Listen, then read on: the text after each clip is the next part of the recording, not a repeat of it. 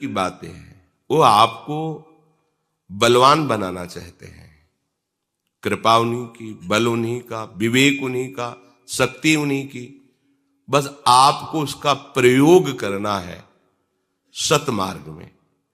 असत से अपनी वृत्तियों को हटाना और सत मार्ग में लगाना, ये उन्हीं के बल से है, पर ये आपको करना होगा। इसीलिए प्रभु उपदेश करते हैं कि आप ऐसा कीजिए और आप ऐसा ना कीजिए। तो जैसा कहते हैं ना कीजिए उसे ना कीजिए, और जैसा विधान करते हैं कीजिए वैसा कीजिए। अगर हम प्रभु की आज्ञा मान लें तो वो कृपा सतत बढ़ती रहेगी। जो प्रारंभ में हमें आकर्षित किया, ये सबके साथ होता है। देवर्षि नारद जी अपने जीवन चरित्र को बताते हैं कि मैं एक दासी पुत्र था।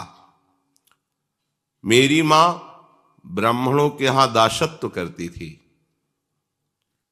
मैं छोटा था। उन ब्राह्मणों के यहां चातुर्मास्य करने के लिए संत जन पधारे। जब संत मंडली वहां चातुर्मास्य के लिए रुकी तो मुझे उन संतों की सेवा में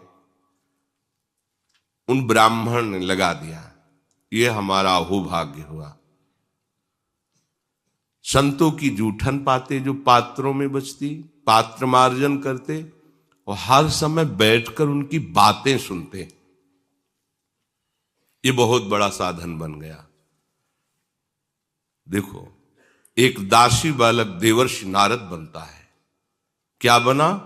4 महीने संतों की सेवा, उनके पाए हुए पात्रों का प्रसादी, शीत प्रसादी, और उनके वचनों को अमृत की तरह, बालक थे पर बहुत गंभीर होकर उनके वचनों पर, संतों की विशेष कृपा उनके वचनों से जाती है। जो उनके वचनों की अवहेलना कर दे, थोड़ी भी मन की बात अपनी लगा दे, फिर वो उस कृपा का अनुभव नहीं कर सकता। यथावत जैसा वो बोले वैसा ही, उसमें मिलावट नहीं होनी चाहिए। देवर्षि नारद जी जो अपने चरित्र का वर्णन कर रहे हैं, वो कह रहे हैं कि फिर जब 4 महीने में संत भगवान विचरण के लिए चले तो मुझे ऐसा लगा कि अब तो मेरा जीवन इनके बिना रह ही नहीं सकता। उनकी जूठन पाने से, उनके वचन सुनने से सारा राग नष्ट हो गया था। बालक हृदय थे। एक दिन सूचना मिली कि उनकी मां को सर्प ने काट लिया, वो पधार गई। बड़े आनंदित हुए। चलो, एक मोह की फांसी कटी। ये मां अपने मोह में फांस कर मुझे आगे न बढ़ने देती, भगवान ने बड़ी कृपा की, छोड़ के चल दिए। एकांत जंगल में प्रवेश किया, शीतल सरोवर देखा, आचमन किया, पवित्र हुए, एक पीपल के वृक्ष के नीचे बैठ गए। जैसा संतों के मुख से भगवान की रूप माधुरी सुनी थी, वैसी भावना करने लगे। अभी भावना प्रारंभ ही की थी कि साक्षात भगवान प्रकट हो गए।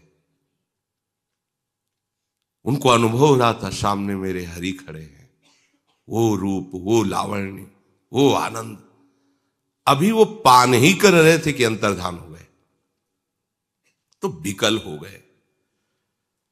आकाशवाणी हुई, ऐ बालक, ये जो मैंने तुम्हें रूप दिखाया, ये अपने में आसक्त करने के लिए। मेरे साक्षात रूप का दर्शन और संभाषण अध कचरा योगी नहीं प्राप्त कर सकता। इसलिए तुम अपनी चित्त वृत्ति को, मन को पूर्णतया मेरे में लगाओ और जीवन यापन करो। शरीर छूटेगा तो तुम मेरे ही होगे। ऐसा ही हुआ। प्रभु की आज्ञा मानकर रात दिन नाम में चित्त को डुबोया। मृत्यु का समय आया तो भगवत स्मृति का अभ्यास, निरंतर अभ्यास, तो भगवत स्मृति करते हुए ही प्राण छूटे। तो अगला उनको जन्म मिला नारद जी का। स्वयं नारद जी अपने चरित्र को बताते हैं। साधु समागम, गंभीरता दैन्यता पूर्वक उनके वचनों पर पूर्ण श्रद्धा विश्वास समर्पण, तो देवर्षि नारद बन गए। एक दासी बालक देवर्षि नारद बन जाता है। यहां तो साक्षात भगवान हमको उपदेश कर रहे हैं, हमारा कोई परिवर्तन नहीं हो रहा। क्यों? विचार करके देखो। आप श्रवण करते हैं, पर मनन आप अपनी बुद्धि के अनुसार करते हैं, और आचरण बुद्धि जितना अनुकूल समझती उतना, इसीलिए आप ठीक सिद्धांत पे नहीं चल पा रहे हैं। शरणागत का मतलब है शरण की एक एक वृत्ति के अनुकूल चलना। अपना तो वहां अस्तित्व ही नहीं है।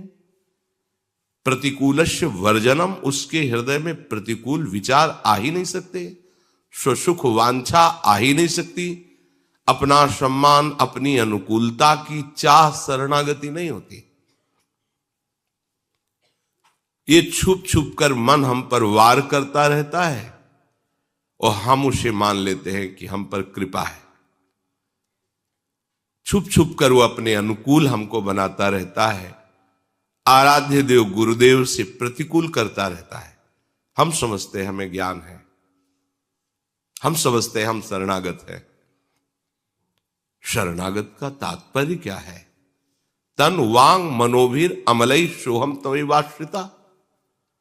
यह हमारा तन, हमारा मन, हमारा प्राण, सब कुछ मैं सहित समर्पित है। जब समर्पित है तो समर्पित चित्त में स्वसुख वांछा, समर्पित चित्त में मन की चाल, बुद्धि